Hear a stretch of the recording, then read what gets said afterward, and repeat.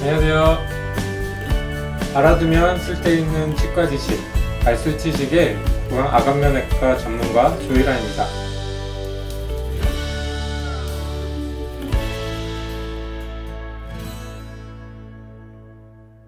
오늘은 잇몸약에 대해서 알아보도록 하겠습니다.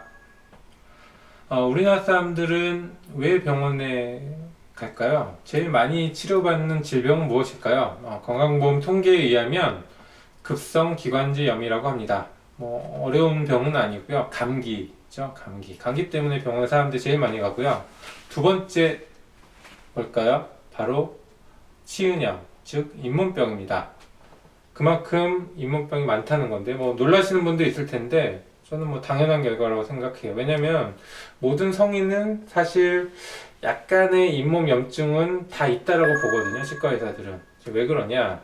식사를 하게 되면 입안에 음식물 찌꺼기가 남는데 그런 것들이 양치를 깨끗하게 해서 제거를 해줘야 되는데 아무리 양치를 열심히 한다고 해도 이 입안에 음식물 찌꺼기를 100% 제거한다는 건 사실 불가능하거든요. 그러다 보니까 그것들이 잇몸에 쌓여서 약한 잇몸에 염증을 만들게 되고 그게 이제 잇몸병으로 발전하게 되는 건데요.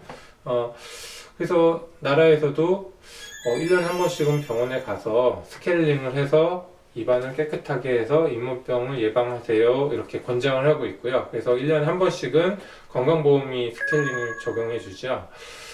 이렇게 잇몸병이 흔하다 보니까 제약회사들도 이 잇몸병에 관심이 좀 많아요. 사람들이 그만큼 많은 병이니까요. 그래서 인사돌, 이가탄 많이 들어봤던 약이죠. 그만큼 광고를 많이 하는 거고요. 광고비로 100억 단위를 쓴다고 하고요. 우리나라에서 제일 많이 팔리는 약 베스트 10을 딱 뽑아보면 이 두 가지 약이 항상 들어가 있어요. 그만큼 많이 팔리는 약이죠.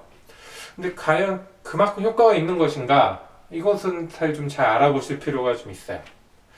약에 대해서 한번 좀 알아볼게요. 첫 번째, 1등, 인사돌.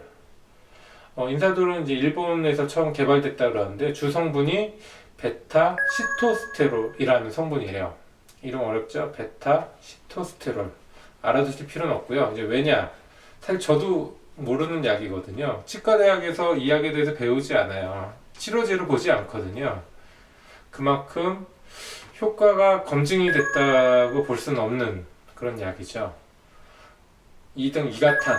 이가탄도 비슷한 성분 플러스 여기는 좀 강조하는 게 비타민C가 좀 많이 들어가 있대요. 근데 비타민C와 잇몸 질환 그렇게 큰 영향이 있는 걸로 보지 않거든요. 그럼 도대체 얘네들은 뭐냐? 인사돌, 이가탄은 아무 효과가 없는 거냐? 그런 건 아니고요.